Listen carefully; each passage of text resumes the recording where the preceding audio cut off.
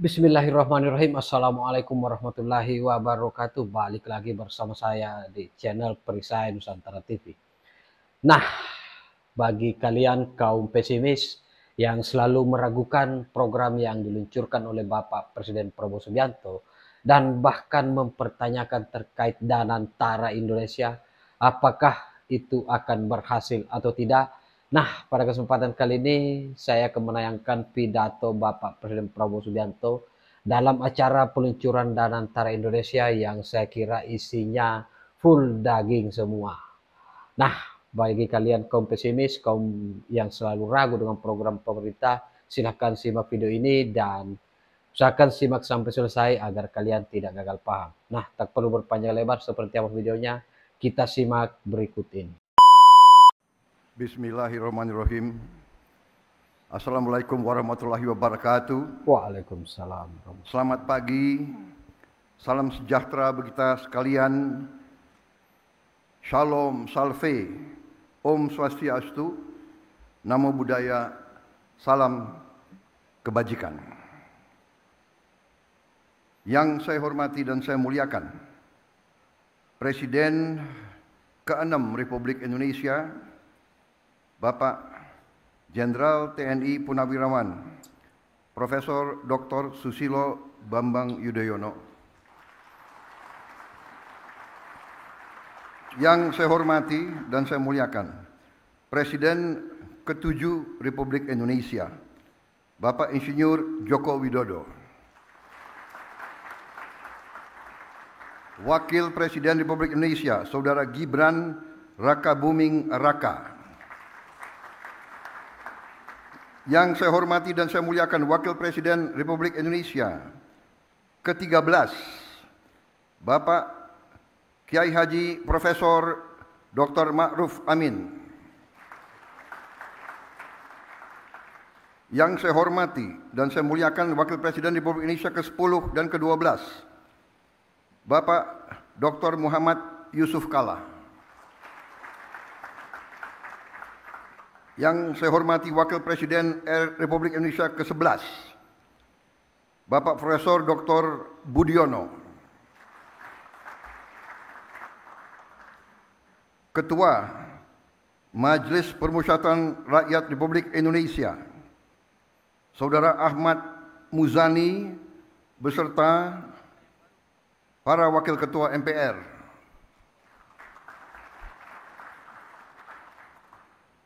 Yang saya hormati, Ketua Dewan Perwakilan Rakyat Republik Indonesia, Saudari Puan Maharani,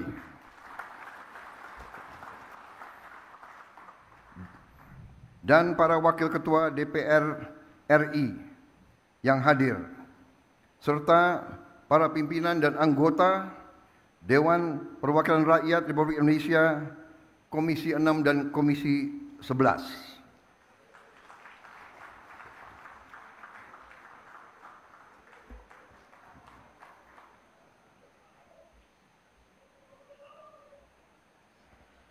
Tanpa mereka, hari ini tidak akan terjadi.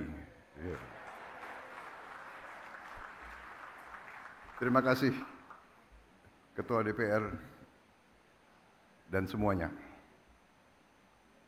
Ketua DPD Dewan Perwakilan Daerah Republik Indonesia, Saudara Sultan Najamuddin, beserta para Wakil Ketua DPD, para pimpinan lembaga tinggi negara yang hadir, para menteri koordinator, para menteri, kepala badan, Kabinet Merah Putih, Ketua Dewan Ekonomi Nasional, Jaksa Agung, Kepala BIN, Panglima TNI, Kapolri, dan para wakil menteri, serta seluruh anggota Kabinet Merah Putih yang hadir. Juga para ketua umum partai politik, Ketua Umum Partai Golongan Karya, Saudara Bahlil Lahadalia, Ketua Umum Partai Demokrat, Saudara Agus Harimurti Yudhoyono, Ketua Umum Partai Amanat Nasional, Saudara Zulkifli Hasan, Ketua Umum Partai Kebangkitan Bangsa, Saudara Muhaimin Iskandar, Ketua Umum Partai Nasdem, Saudara Surya Paloh, berhalangan karena sedang berada di luar negeri. Presiden PKS, Saudara Ahmad Saiku, juga berada di luar kota. Ketua Umum Partai Gelora, Saudara Anies Mata. Ketua Umum Partai Persatuan Pembangunan, Saudara Mardiono.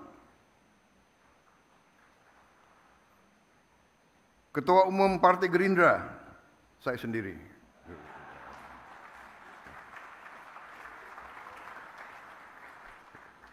Tapi hadir Ketua Harian dan Sekjen. Yang mewakili Partai Bulan Bintang, Partai Prima, Partai Garda Republik, dan Partai PDI Perjuangan.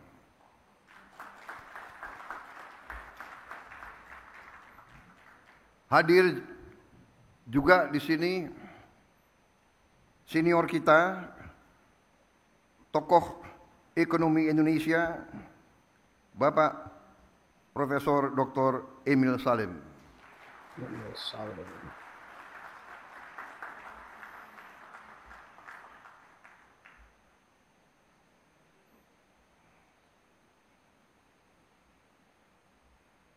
Yang saya hormati, para duta besar negara sahabat.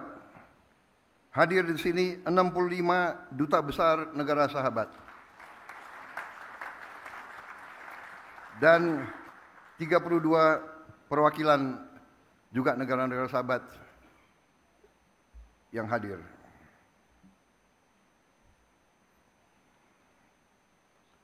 Saudara-saudara sekalian, para tamu yang saya hormati dan saudara-saudara sebangsa dan setanah air.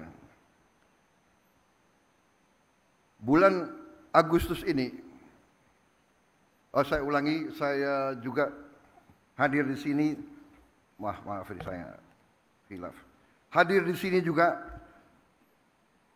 tokoh-tokoh organisasi agama, Ketua Umum Nahdlatul Ulama, Saudara Kiai Haji Yahya Khalil Stakuf, Ketua Umum Muhammadiyah, Profesor Dr. Kiai Haji Haidar Nasir, Ketua Presidium Konferensi Wali Gereja Indonesia, Monsinyur Antonius Subianto Bunyamin, perwakilan dari Persekutuan Gereja Indonesia, Majelis Ulama Indonesia, Parisada Hindu Dharma Indonesia, Pengurus Pusat Persatuan Umat Buddha Indonesia, Majelis Tinggi Agama Konghucu Indonesia. Hadir juga para ketua organisasi pengusaha. Hadir Ketua Umum Kadin beserta pengurusnya, Ketua Umum HIPMI beserta pengurus, Ketua Umum Apindo dan jajarannya, para pimpinan Foreign Chambers and Business Council in Indonesia, from United States, People's Republic of China, Europe, Japan, Australia, South Republic of Korea, and other friendly nations. Saudara-saudara sekalian, hadir juga tokoh-tokoh pengusaha nasional, Bapak Khairul Tanjung, Bapak Gariboldi Thohir, Bapak Franky Wijaya, Bapak Haji Andi Samsudin Arsyad, Bapak Anindya Bakri, Bapak Arsyad Rashid, beserta para pengusaha nasional, para CEO dan para pelaku ekonomi yang saya hormati. Hadir para pelaku perbankan nasional, Dirut Bank Himbara, Gubernur BI yang saya hormati, Ketua OJK, Kepala LPS, Direktur Utama Bursa Efek Indonesia, dan para pengguna pasar modal. Hadir juga para rektor-rektor universitas, serta para pimpinan redaksi dari media-media nasional. hadirin tamu undangan yang saya hormati, saudara-saudara sebangsa dan setanah air, bulan Agustus ini bangsa yang kita cintai, bangsa Indonesia, akan dengan bangga merayakan 80 tahun kemerdekaan. Selama 8 dekade, kita telah menghadapi berbagai tantangan dan ujian. Namun, kita tidak pernah goyah dalam mewujudkan visi membangun Indonesia yang sejahtera. Kita telah berkorban begitu banyak demi menjaga negara kesatuan Republik Indonesia dan menegakkan cita-cita luhur yang menjadi dasar berdirinya bangsa kita. Namun, di tengah perayaan atas capaian yang telah kita raih, kita juga harus berani menghadapi kenyataan. Kita harus bertanya kepada diri kita sendiri. Setelah 80 tahun merdeka, mengapa masih ada anak-anak kita yang kelaparan? Mengapa para petani dan nelayan kita masih berjuang untuk mendapatkan hasil yang layak dari kerja keras mereka?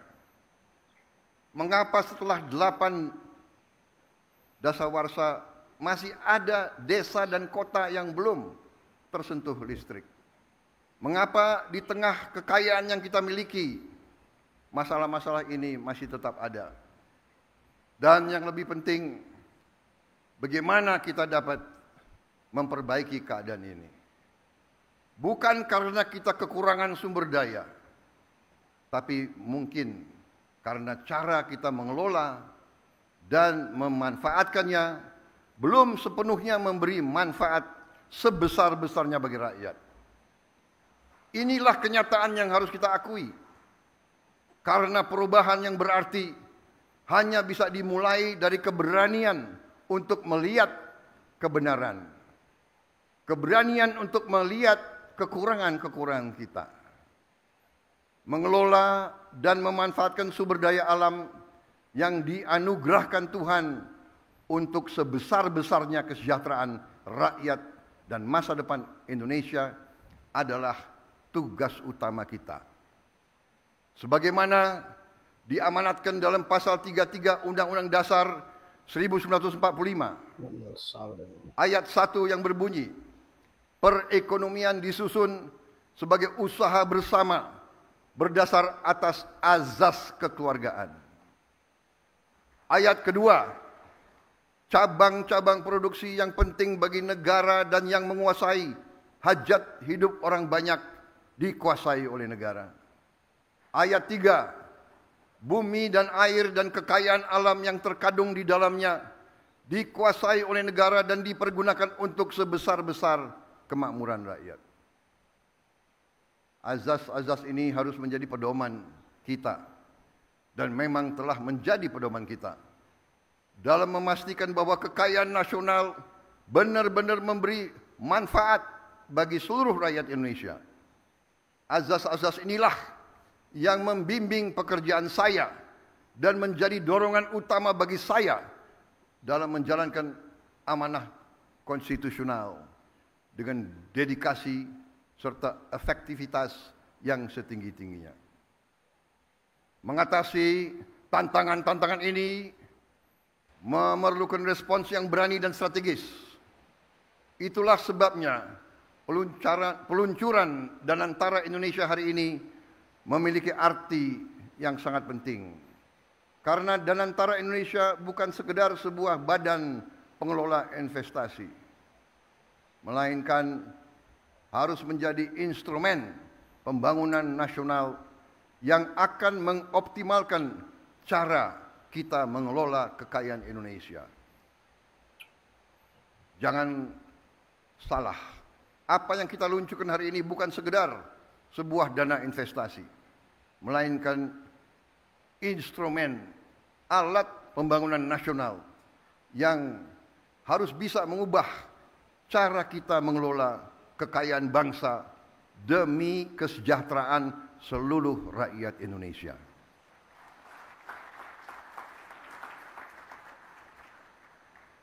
Kita telah membuktikan komitmen dalam mengelola kekayaan negara dengan disiplin keuangan yang ketat dan tata kelola yang bertanggung jawab. Dalam 100 hari pertama pemerintah yang saya pimpin, kami berhasil mengamankan lebih dari 300 triliun rupiah, hampir 20 miliar dolar dalam bentuk tabungan negara, dana yang sebelumnya terhambat oleh inefisiensi, korupsi, dan belanja-belanja yang kurang tepat sasaran. Kini dana tersebut akan dialokasikan untuk dikelola oleh Danantara Indonesia, diinvestasikan dalam 20 atau lebih proyek-proyek nasional sebagai bagian dari industrialisasi kita dan hilirisasi kita.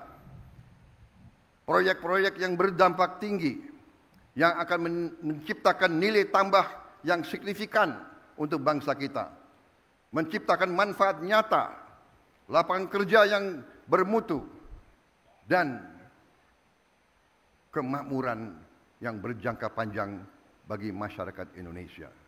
Kita tidak mau lagi menjual sumber alam kita murah. Kita tidak mau jadi sumber raw material bagi bangsa lain. Kita bertekad ingin menjadi negara maju. We have already proven our commitment to managing Indonesia's wealth and assets with very careful financial discipline and responsible governance. In our first 100 days, my administration secured over $20 billion in savings, funds that were once trapped in inefficiency, corruption, misallocation, but will now be channeled into 20 high-impact national projects, creating real long-term benefits for our people. Saya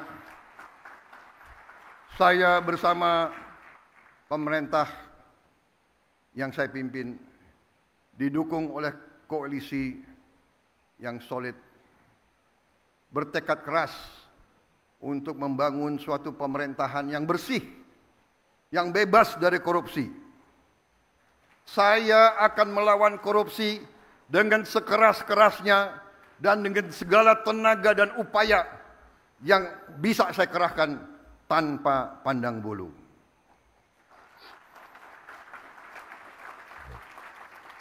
Prinsip yang sama akan menjadi fondasi dalam pengelolaan Danantara Indonesia. Visi untuk mengelola sumber daya nasional secara bijaksana bukanlah sesuatu yang baru. Tidak lama setelah kemerdekaan, para pendiri bangsa mendirikan Bank Industri Negara untuk membiayai sektor perkebunan, industri, pertambangan. Pendahulu-pendahulu kita telah lama investasi dalam sektor-sektor strategis. Presiden pertama kita mendirikan Institut Pertanian Bogor karena memandang pertanian sebagai sektor strategis. Bung Karno pernah mengatakan, "The stomach cannot wait." Kita tidak boleh mengizinkan kelaparan yang ada di Indonesia. Presiden kita pertama pun yang membesarkan Institut Teknologi Bandung karena kita untuk merdeka, untuk sejahtera harus menguasai teknologi. Presiden kedua meneruskan pembangunan dan semua presiden-presiden kita membawa kita sampai kita sekarang hari ini bisa meluncurkan Danantara Indonesia. Presiden Habibie, Presiden Abdurrahman Wahid, Presiden Megawati, Presiden Susilo Bambang Yudhoyono, Presiden Susilo Bambang Yudhoyono dan Presiden Joko Widodo semua telah memberi peran dan memberi sumbangan yang sangat besar bagi bangsa Indonesia. Dan sekarang jatuhlah kepada kami untuk mengamankan fondasi-fondasi yang telah dibangun dan untuk meneruskan mencapai cita-cita kita menjadi negara sejahtera, rakyat kita makmur, aman, dalam keadilan. Saudara-saudara sekalian, kini setelah hampir 80 tahun berlalu, tibalah generasi kita, pemerintah kita, untuk mewujudkan visi para pendiri dan pendahulu kita.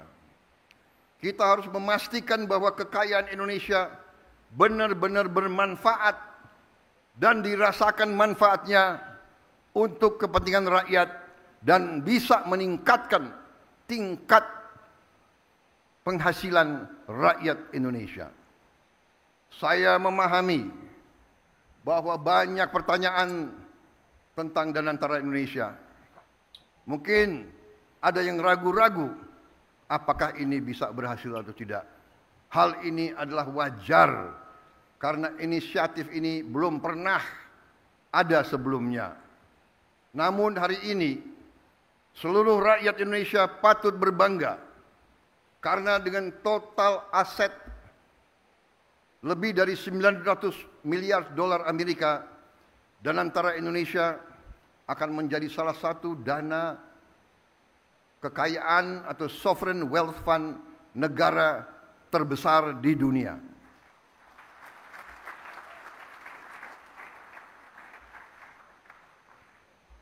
I know and I realize that there are many questions about Danantara Indonesia. This can be expected because this is a new initiative, unprecedented in our history. Today, all Indonesians can be proud to learn that with total assets of more than 900 billion US dollars under management, Danantara Indonesia will be one of the world's largest sovereign wealth fund.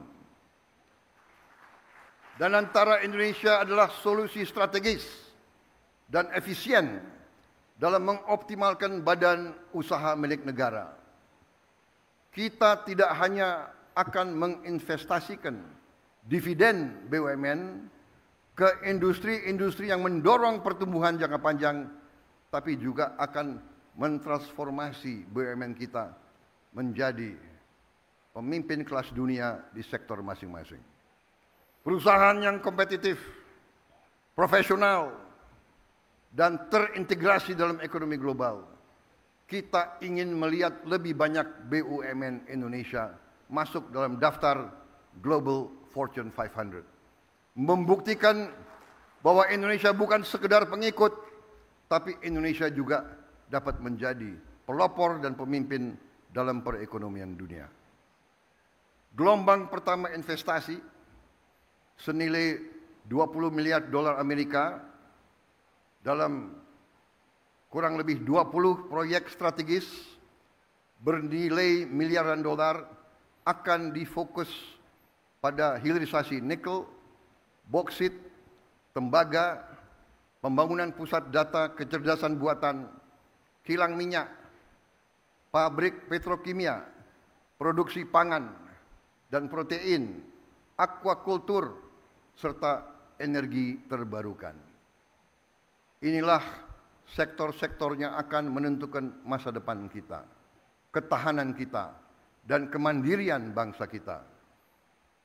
Pembentukan Danantara Indonesia menandai era baru bagi badan usaha milik negara, yang kita pandang bukan hanya sebagai entitas bisnis, tapi sebagai aset nasional yang akan menjadi agen pembangunan dan pertumbuhan. Fundamental bagi pertumbuhan ekonomi dan kesejahteraan rakyat. Oleh karena itu, BUMN harus beroperasi dengan standar yang tinggi, governance yang terbaik. BUMN harus mengedepankan inovasi, gagasan besar, transparansi, kemajuan teknologi, sekaligus menjaga disiplin, kehati-hatian, serta komitmen terhadap tata kelola yang baik dan pengelolaan yang bertanggung jawab. kolaborasi antara Danantara Indonesia, BUMN, dan mitra sektor swasta, dan UMKM serta koperasi akan menjadi kunci dalam memaksimalkan peran mereka dalam pembangunan nasional. Namun, ikhtiar kita terhadap Danantara Indonesia tidak berhenti di dalam negeri saja. Danantara Indonesia juga akan menjadi agen bagi peran global Indonesia yang semakin kuat. Melalui inisiatif ini kita akan menjalin kemitraan strategis dalam energi terbarukan, infrastruktur, pendidikan, dan menempatkan Indonesia sebagai pemain utama di tingkat global serta berkontribusi bagi kesejahteraan dan stabilitas regional dan dunia. Para tamu undangan yang saya hormati, para duta besar, para tokoh-tokoh bangsa yang hadir di sini, para pemimpin-pemimpin dari semua kalangan dan semua sektor. Danantara Indonesia menyampaikan kepada dunia bahwa kita siap untuk bekerja sama. Indonesia sends a clear message to our friends and our partners worldwide. Indonesia is open for collaboration, open for business, open for investment, and open for shared prosperity. Danantara Indonesia will allow us to expand our international cooperation, and I can only hope that our global partners will recognize Indonesia's potential, not just as an emerging economy, but as a force for regional stability and shared progress. Hari ini saya bangga dengan bangsa saya. Saya bangga kepada semua pihak yang telah bekerja keras mewujudkan Danantara Indonesia, karena ini adalah tonggak sejarah dalam perjalanan Indonesia menuju kemandirian ekonomi, ketahanan dan kesejahteraan.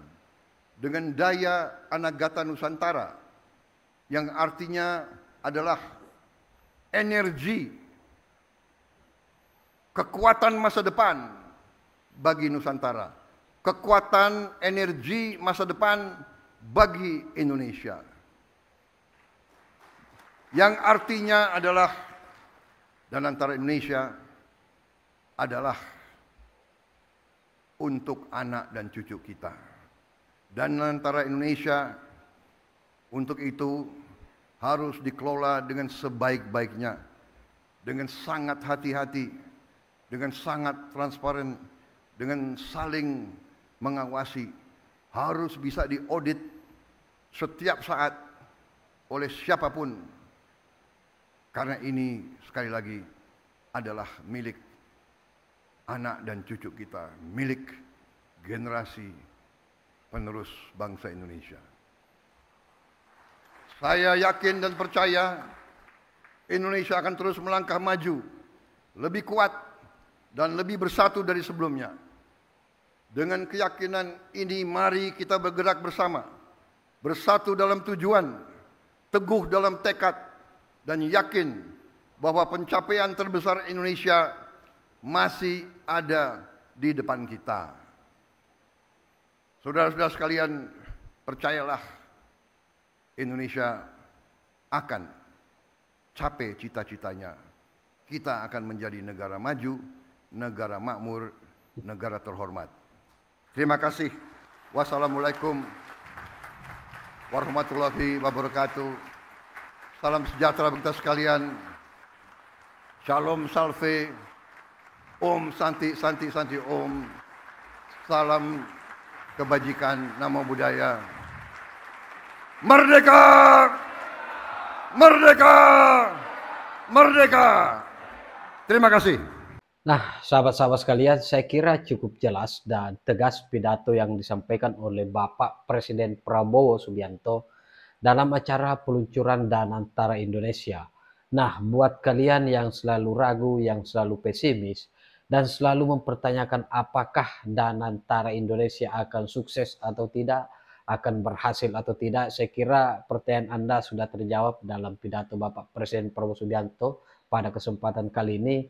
Dan saya harap kalian yang selalu pesimis, yang selalu ragu, silahkan melihat dan menyaksikan bagaimana terobosan-terobosan yang kemudian diluncurkan oleh Bapak Presiden Prabowo Subianto dalam membangun bangsa Indonesia.